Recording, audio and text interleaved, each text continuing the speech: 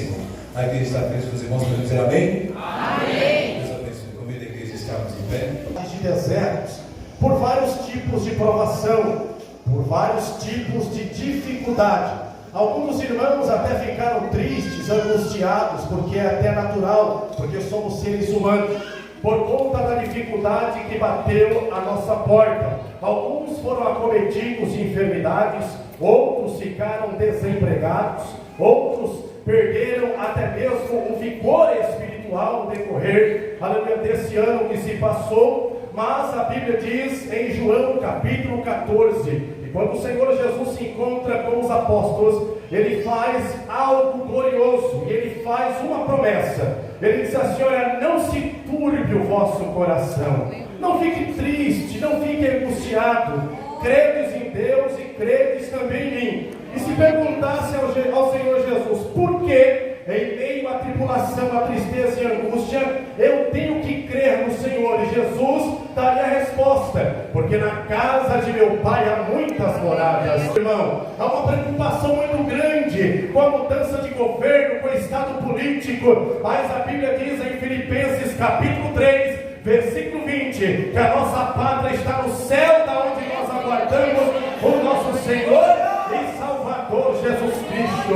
Não prenda, não coloque a tua esperança no ser humano, porque a tua cidadania, ela não é terrena, meu querido irmão. Você é cidadão no céu. Nós estamos aqui somente de passagem. A nossa peregrinação terrestre aqui é como se fosse uma prova que nós fazemos na escola. O diferencial é que aqui não tem recuperação. Ou você é aprovado, ou você não é aprovado. Ou você é salvo, ou você não é salvo. Então Deus está falando conosco aqui nessa noite. Falar do pastor Donald Gray, que era um pastor presbiteriano da igreja presbiteriana da Filadélfia. E ele tinha acabado de se formar. E aí era muito comum na faculdade que ele estudou, o reitor que lhe dava aula, convidar os formandos para estar pregando no culto. E o homem de Deus, que era conhecedor das Escrituras, principalmente do Antigo Testamento, ele fazia questão de sentar no primeiro banco da igreja, para olhar os jovens obreiros pregarem. E quando o homem de Deus ele começa a discorrer o seu sermão, em certo momento do sermão, o reverendo, que era o reitor, pega o seu material, as suas folhas com os seus esboços, e ele sai de dentro da igreja. E o obreiro já fica preocupado. Ele diz assim: será que eu falei alguma coisa que incomodou o reitor, o pastor? Será que eu disse alguma coisa errada? A minha teologia não foi perfeita, né? O que será que eu fiz? E ele continuou pregando. Quando acabou de pregar, ele se despediu de alguns irmãos e foi até o escritório do pastor. E quando ele chega lá, bateu na porta, saudou o homem de Deus com a paz do Senhor e fez a seguinte pergunta: por um acaso, pastor, eu disse alguma coisa errada? A minha teologia não foi convincente? Eu não apliquei aquilo que eu aprendi do Senhor? E a resposta do homem de Deus foi: pelo contrário, você não deixou a desejar em nada naquilo que eu ouvi. Porque quando eu vou para a igreja, eu vou já na expectativa de ouvir as pessoas pregarem acerca de um grande Deus ou de um pequeno Deus. E no discurso que você estava dando, eu tive a percepção que a apresentação que você estava dando para a igreja era de um Deus de fato gigante, um Deus grandioso que realiza as suas obras. Eu quero dizer a você aqui nessa noite, meu querido irmão, que aquilo causou no meu espírito um choque. Eu fiquei estarrecido com a resposta do reitor, porque quando eu estava lendo o livro, eu pensei comigo: rapaz, o que será que aconteceu, né? Porque o homem de Deus, ele saiu de lá de dentro. Eu fiquei na expectativa, e quando ele deu essa resposta ao jovem pastor, o meu coração me alegrou e me levou a anotar e a escrever desse jeito a seguinte pergunta para a igreja: qual Deus que você serve? Um Deus pequeno ou um Deus grande? Um Deus que não faz nada ou um um Deus que pode fazer todas as coisas. Relação com Esmirna e Éfeso, realmente era uma cidade pequena, era uma cidade pequenina. E nós, olhando aqui, nós tivemos a percepção que o Senhor Jesus, Ele só tem elogios para aquela igreja que ficava em uma cidade pequena. Olhando aqui para a Bíblia Sagrada, meu querido irmão, nós entendemos que, apesar de Filadélfia ser uma cidade pequena e a igreja não ser uma igreja muito grande, aleluia, nós entendemos que elas dependiam totalmente da intervenção do nosso Deus. Primeiro, porque a cidade de Filadélfia, ela não era uma cidade próspera, apesar de ser uma cidade que estava situada em um lugar estratégico, porque de lá saíam todas as correspondências para cidades e estados conhecidos do mundo. Elas não eram uma cidade propriamente dita muito próspera, ela sofria também com investimento na indústria, até porque era uma cidade pequena, as pessoas não a tinham com bons olhos. Ela também sofria com prestígio, apesar de ser uma cidade em lugar estratégico, ela não tinha e não dava a entender que era uma cidade que todas as pessoas ouviam falar dela. Então esse era o contexto que é da cidade de Filadélfia. A igreja estava situada dentro dessa cidade, uma igreja consistente. E aí João, ele vai falar quem foi o remetente da carta, e isso até alegrou o meu coração, porque João, quando ele começa a escrever no capítulo 3, versículo 7, ele diz assim: isto diz o que é santo, o que é verdadeiro e o que tem a chave de Davi. Eu fico impressionado com o remetente da carta e com a sua apresentação, pastor Sandro, porque se nós voltarmos lá atrás, no capítulo de número 1, João, ele vai dizer assim: eu, João, estava na ilha chamada Patmos por causa da palavra de Deus, e eu fui arrebatado em espírito, e eu ouvi uma voz que falava comigo, e quando eu ouvi a voz que falava comigo, a voz era como o som de muitas águas. Porque eu digo para você, meu irmão, a voz que sai da minha boca é uma voz natural e simples. A voz que sai dos obreiros aqui é a mesma coisa, mas quando Deus fala, a coisa é diferente.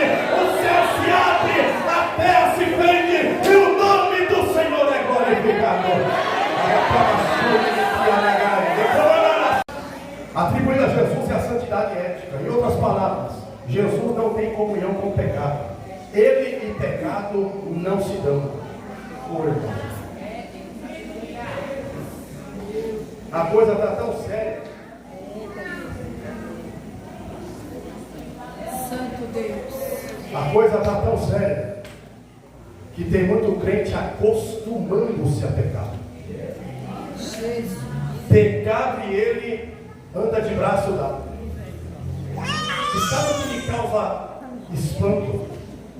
É que o cidadão e a cidadã tem a cara de pau de tomar a ceia depois. Santo Deus. Pega o banho, toma o suco.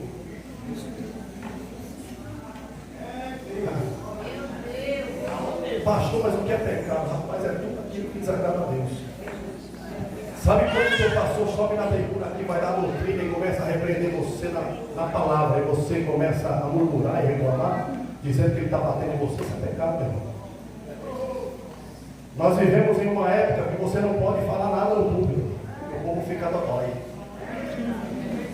Nós machamos do grupo, né? Muito brutal. Pastor não me ama. Quando foi que Jesus, irmão? Quando foi que Jesus ele massageou de crente? João 6,60. Jesus termina de pregar, os discípulos olham para ele e falam assim: isso não saiu muito tudo, eu vou embora, vou ficar aqui não. Aí você vê Jesus correndo atrás lá: não, pelo amor de Deus, fica aqui, não vai embora, não me larga, não, fica junto. Jesus falou: é mesmo? É duro? Vocês querem com eles também? Querem junto com eles também? Pode pegar as trouxas e ir embora. Jesus, irmãos, eu falei isso domingo passado na igreja, e foi coisa linda. Jesus, ele nunca teve dó de ninguém. Não é não, sim é sim, meu irmão. Jesus, quando ele tinha que falar, ele falava. E quando Deus fala, proibir, ele proibia. Hoje o crente dá todo sentido. Ah não, falou comigo, bateu em mim, vou pegar a Bíblia, entregar minha credencial e ir para outra igreja. Meu irmão, o sangue de Jesus tem poder. Você aceitou Jesus e você tem que aceitar a repreensão que ele dá através da palavra. O pastor não enxergava. Eu pedi para o obreiro, pastor, tem uma oportunidade. Ele foi lá e falou assim: rapaz, eu sou pastor há mais de 50 anos.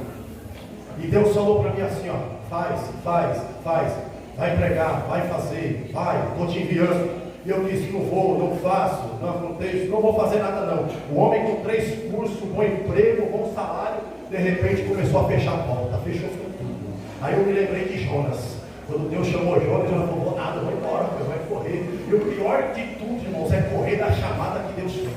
E eu vou aqui falar aqui para você: se você está correndo da chamada, o momento oportuno de falar: Jesus, eis-me aqui, vou fazer, é agora. É hoje. A primeira coisa que o divino permitiu que acontecesse com ele vindo do trabalho, estava lá, de repente ele foi atropelado, quebrou a perna, foi para o hospital, chegou lá e Deus falando com ele: vai fazer, ele vai voltar, estou te enviando. O médico olhou para ele, pastor, e falou assim: olha, vai ter que ficar 6 meses sem colocar o pé no chão. Ele chega em casa, pastor Sônia, e fala assim: Senhor, eu vou fazer a tua vontade. O Senhor falou que é para mim pastorear, Senhor, então eu vou pastorear.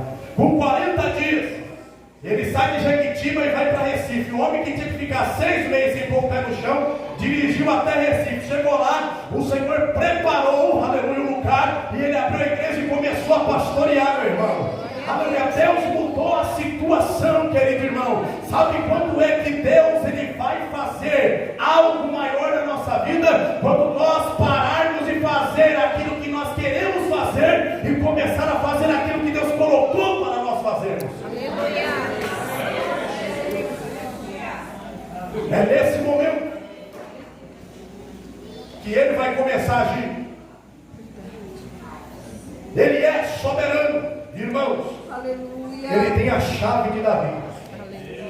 A Bíblia diz em Isaías capítulo 22, versículo 22, que Eliaquim, ele recebeu de Ezequias a chave do tesouro. Em outras palavras, só ele ia lá abrir o cofre. Ele abriu o cofre, pegava o que ia para fechar o cofre, e estava na mão dele. Assim é Jesus. Somente Jesus possui a chave dos tesouros escondidos, meus queridos irmãos. A Bíblia diz em 1 Coríntios, capítulo 2, versículo 8, que aquilo que o olho não viu e o ouvido não ouviu, ele subiu ao coração do homem, são as coisas que Deus tem preparado para aqueles que os amam, e Deus nos revelou pelo seu Espírito, porque o Espírito penetra todas as coisas, até as profundezas de Deus. Eu digo para você aqui nessa noite, com certeza, a chave